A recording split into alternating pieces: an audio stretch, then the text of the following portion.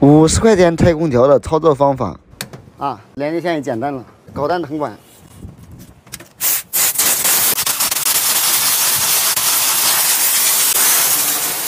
啊，这个藤管的话已经搞淡了，把空调藤管给它拉出来，出墙口的藤管给它剪淡，这个藤管就完完整整的拿下来了。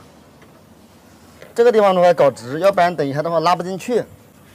把出墙口这一段藤管弄直。这盖板的话就拿下来了啊，拿下来的话，我们拖在这里就拖出来啊，我们这机子拖下来，机脚螺丝全部生锈，我事先已经用切割机切好了。生命大于天，安全最值钱啊！这就拆下来了，就是这么简单啊。然后我们拆一下内机。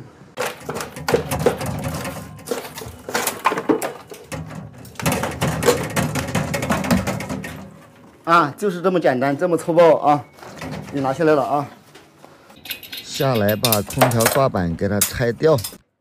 由于它挂板打的膨胀螺丝啊，把这2颗膨胀螺丝给它切掉啊，角磨机切的火花四溅。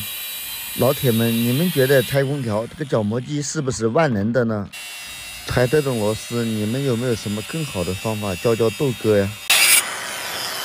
拆这台空调，除了用角磨机还是角磨机，真的是拆空调3分钟，拆空调架子1小时。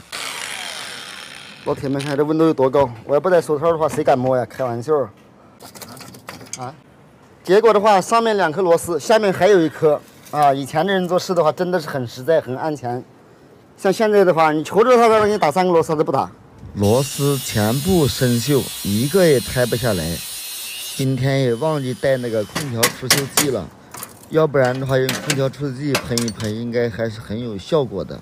这空调架子还是很有分量感的。太难看了，搞光滑一点。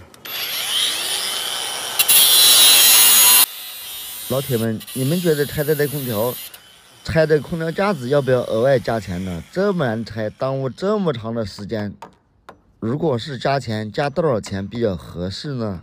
总算大功告成了啊，拆完了啊。那么这台空调拆解的话就到此结束。